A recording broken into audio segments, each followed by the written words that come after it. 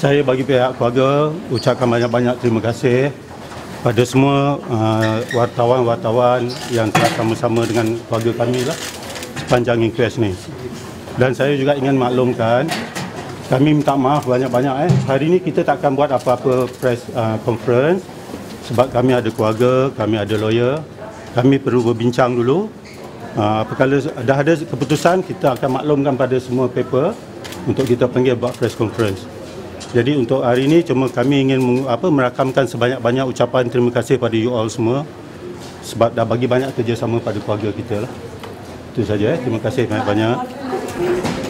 Tak logik.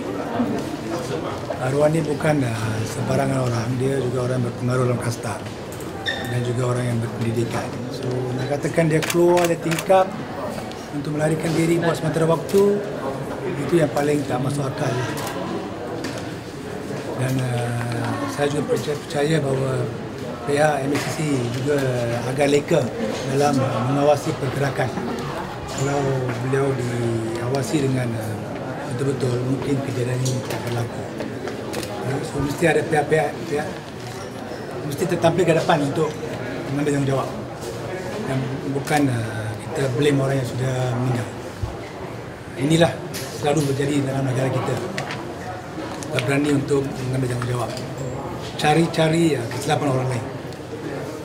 So saya tetaplah beliau tidak keluar dari tingkap itu. Tak ada sebab untuk keluar. What's the next course? Mungkin kita akan apply for revision dalam beberapa hari. Tengok keputusan ahli keluarga, mungkin akan minta untuk revision.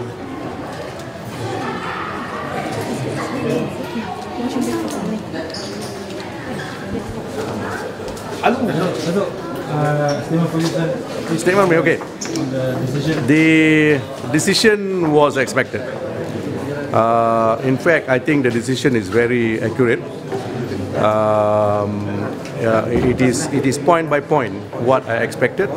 The only difference between this decision and what I suggested to the court, to the coroner, was the reason why the deceased exited the window.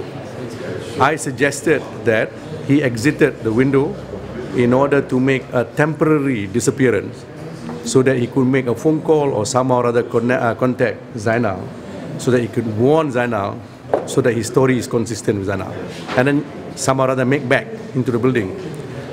But the coroner made a finding of fact which is far more serious than that. He said the deceased attempted to escape altogether in order to escape neraka dunia. That's what he said. So that's the only difference. And the other significant finding, I think, is that there is no foul play whatsoever on the part of MACC. Nobody tampered with evidence. Nobody manhandled atau forced the deceased in any way. There's no evidence of even a touching by the MACC officers. So there was no nexus. I mean, there's no connection between the MACC officers and the deceased before the accident happened.